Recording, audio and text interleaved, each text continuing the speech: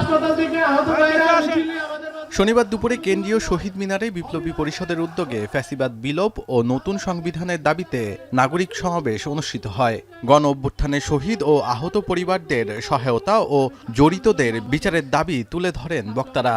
আমার ছেলেরে হারায়া আমরা যে আর্তনা যে যন্ত্রণা ভোগ করতেছি, আমাদের ভিতরে যে কষ্ট, এই কষ্ট একটা মাই জানে, যে মার সন্তান হারাইছে সেই মারাই জানে। ট্রাইব্যুনালে আমি মামলা দিয়েছি, সেই ট্রাইব্যুনাল যেন আমার বাচ্চার বিচার করে, যত আহত নিহত আছে সবার যেন সমানভাবে বিচার হয়।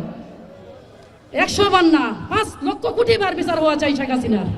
এ সময় আমন্ত্রিত অতিথির বক্তব্যে গণ অধিকার পরিষদের সিনিয়র সহসভাপতি ফারুক হাসান বলেন, শিক্ষার্থীদের লক্ষ্য উদ্দেশ্য পূরণ করতে ব্যর্থ হয়েছে সরকার। 4 মাস হয়ে গেল, আপনি এখনো তাদেরকে পুনর্বাসন করতে পারেন নাই, তাদের সুচিকিৎসার ব্যবস্থা করতে পারেন নাই।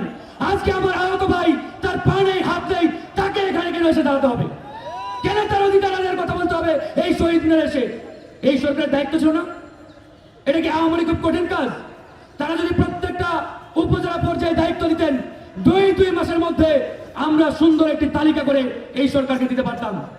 অন্তর্বর্তীকালীন সরকারের সমালোচনা করে এমন বক্তব্য দেওয়ার পরপরই মঞ্চের ওপর ফারুক হাসানের উপর চড়াও হয় সমাবেশে উপস্থিত একদল লোক। পরে তাকে নেওয়া হয় হাসপাতালে। এ ঘটনায় শাহবাগ থানায় অভিযোগ জানায় গণ অধিকার পরিষদের নেতারা। পুলিশ বলছে তদন্ত করে ব্যবস্থা নেওয়া হবে। আমরা এইটা বিষয়টা আসলে এখানে মারামারি কি পর্যায়ে হয়েছে, কেন হয়েছে, এটা তো আমাকে আরো ভিডিও ফুটেজ বা এইগুলা দেখে আমরা পুলিশকে বলতে চাই 1 ঘন্টার মধ্যে আসামিদেরকে গ্রেফতার করবেন, পুরো 24 ঘন্টার সময় না।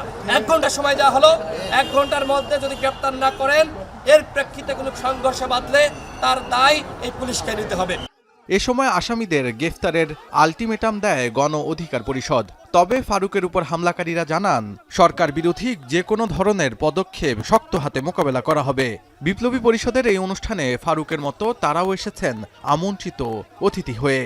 আহতদের সামনে কেন এই আমাদের গোড়া এই সরকারের বিরুদ্ধে কথা বললো? যদি তাই হয়ে থাকে তাহলে তার সঠিক জবাব আমরা দিয়েছি। আমরা বলেছি আমাদের কথা আপনারা শুনেছেন, আমরা কি আপনাদের লোক না? শাহাদাত অফর, এখন, ঢাকা। একনল হ্যান্ড ওয়াশ 100% প্যারাবেন ফ্রি, তাই নিরাপদ হাতের জন্য আস্থা রাখুন একনলে।